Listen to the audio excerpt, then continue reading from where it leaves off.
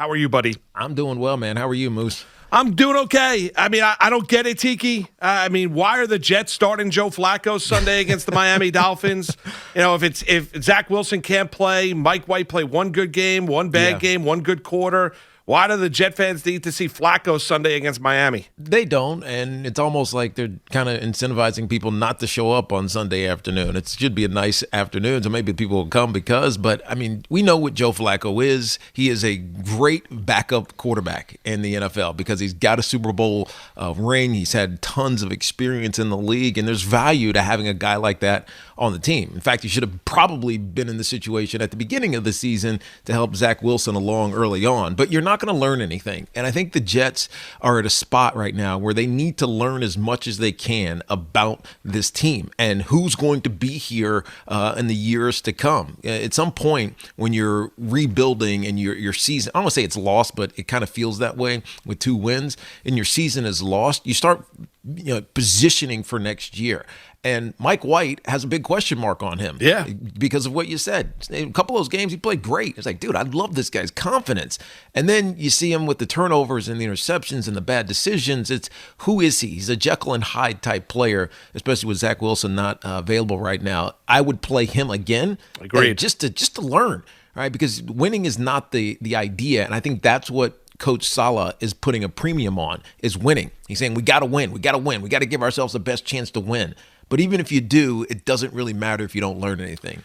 Yeah, and Tiki, do you think White is not one of the reasons White is not playing Sunday for the fear he plays well against Miami, and then you don't have an entry point for Wilson, a clean one? No, I don't think so. I mean, I understand why that narrative is out there because if he does play well, it gets really hard to put Zach Wilson back into the game and put Mike White on the bench. But you know that Zach Wilson is your future. Like, he's your quarterback next year, and at least if he wins it in training camp and proves he's heads and heels above whoever else is on the team. So you can't worry about that right now. Zach Wilson's a rookie. Rookies make mistakes. They have, really steep learning curves. Some of them figure it out. A lot of them don't until a year or even 2 after their rookie season. So the Zach, Wilson part of this conversation, I think, is moot. It doesn't matter, right? What you need to learn is who's going to fight on this team. Like, who's going to stand up and not let your team get blown out like they did last weekend or blown out like they did a few weeks ago against the New England Patriots, right? That's really what matters most if I'm evaluating the Jets right now. Tiki, what have been your impressions year 1 of Saleh? I think he's learning, and it's hard. It's hard to learn on the job. Sometimes I don't love the messaging that comes out of there, but I think that comes with the process of figuring out, 1, how to just be a head coach in the National Football League, but then 2, how to do it in a media market like New York. And BT talks about this all the time. My co-host Brandon Tierney, about think about some of the Giants coaches from Ben McAdoo and I'm forgetting who was it, Pat Shurmur in the interim, right? It's like he could tell right away. He's like, these guys aren't handling the media right? They're not speaking it right. They're not saying the right things despite failure. And there's a way that you have to massage that, and it sucks to have to do that. But in New York, you have to.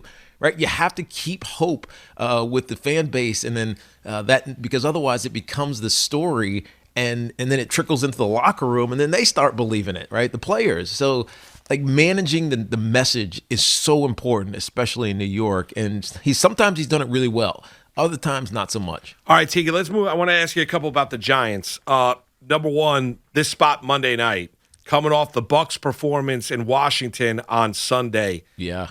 Is this a real hornet's nest for the Giants coming off their bye week, walking down into that stadium on Monday night in Tampa? It could be, Moose, and the reason is because Bruce Arians is rubbing them raw right now. You can believe that with how they played, but I think there's still opportunity for the Giants.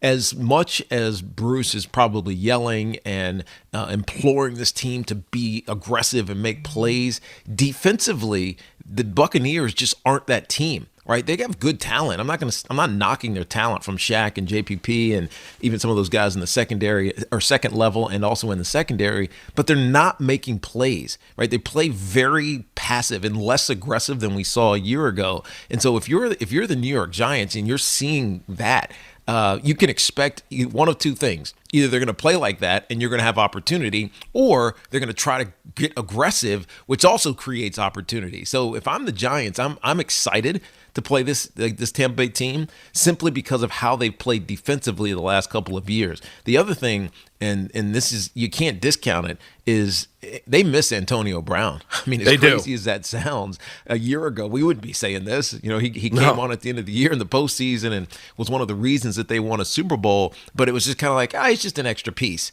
Without him, they don't have that trio that just dominates secondaries and pass coverage scheme. So if AB gets back, or even Gronk, because they need a trio, then I think this Tampa Bay offense gets much more explosive. But right now, they miss AB, and I never thought I would say that after the last few years. Tiki, what do you expect from Barkley? I hope that he's downhill.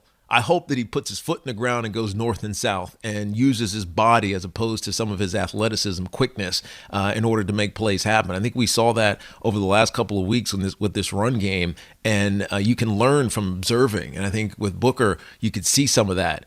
If I'm Saquon, I'm not worried about trying to hit home runs. I'm trying to get fits and starts, and eventually one of those pops and you hit your head on the goalpost. But really, what I need to see is him healthy.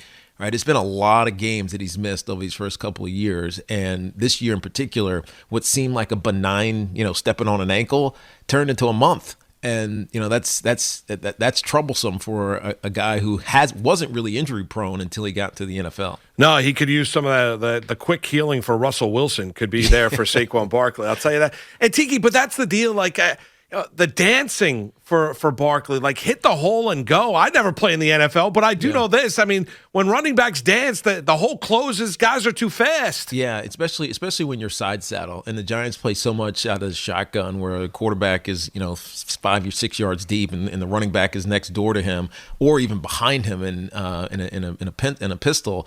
That those are really difficult ways to attack a line of scrimmage and make cuts. Right, you almost have to be committed before you get the football when you're side saddle like that. And I think Saquon has this belief. Well, I know he has this belief because he's done it, of being a home run hitter, and that's great.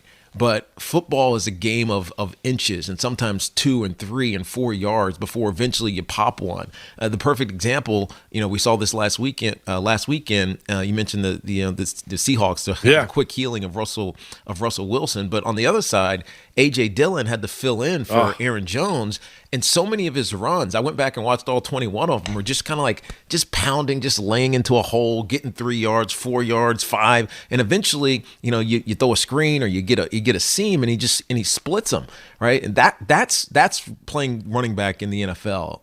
The more that you move laterally, the less opportunity you have to go forward. And T, I think his run into the end zone, one of his touchdowns, where he just basically put his shoulder pads down and ran right through the guy. Yeah, through the linebacker. He was contacted at or behind the line of scrimmage. I forget the linebacker's name. His number 54. He just drove him, an extra 3 or 4 yards.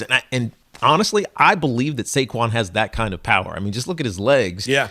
We talk about it from his quickness standpoint, but really, there's power in his thighs and his quads and his ass. To be perfectly honest with you, you can push through. Seriously, you can push through those tackles, man.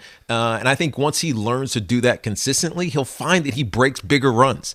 Right, it was one of the great revelations of my career when I learned to just run through arm contact, like run through an arm tackle. Most of those guys can't or don't want to make it. You'll keep going. So, Tiki, just around the league, 2 quick ones before I let you go. Number one, what's the team's second half here that you think is really going to kind of catch on fire? Is it the Patriots who begin to build up that momentum? Without a doubt, it's the Patriots, and I remember watching Josh McDaniels studying Mac Jones in the preseason, and it's like, what's he like? He's getting real particular, and this is in some of the practices that we would see. He's getting real particular about the details of how he's doing things, and it so fit what Bill Belichick is all about, like the situations and the details. They're just precise.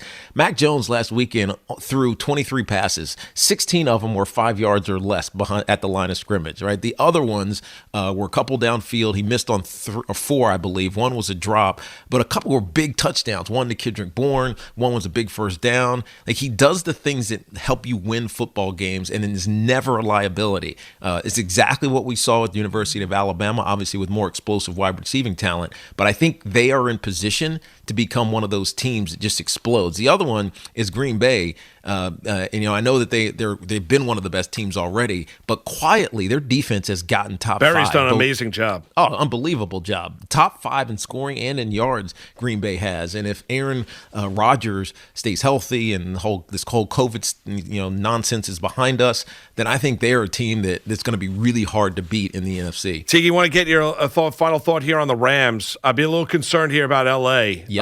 They are getting pushed around up front. They've got You're the big names, OBJ, Von Miller, and Stafford and company, and all that. They got a lot of stars on that team. They are getting manhandled up front. Yeah, they are. BT and I talked about this yesterday or 2 days ago, Moose, and one of the things that I kind of am speculating is that the stage is getting big, right? When was the last time he had the expectation to be that guy? And at 7-2 before last weekend, it was like, oh, the Rams are one of these teams that can win a Super Bowl. And now you see Matt Stafford pressing and pushing and trying to do things like the first, the interception that I don't even know what the hell that was. Neither do I. It was on the hash. Odell Beckham Jr. was like 8 yards away from it. And so if you start pressing and start believing that I can just throw a 50-50 ball, it's really, as I said to BT, it was a 70-30 ball, 70 to the defense, you're going to lose a lot more than you're going to win. And defensively, they're showing some vulnerabilities, which I didn't expect from a team that's so well constructed up front and in their secondary. Hey, Tiki, great stuff as always. We appreciate it. Have a great rest of the week. We'll talk to you next week, all right? Appreciate you, Moose. Be well. You got it. That's Tiki Barber.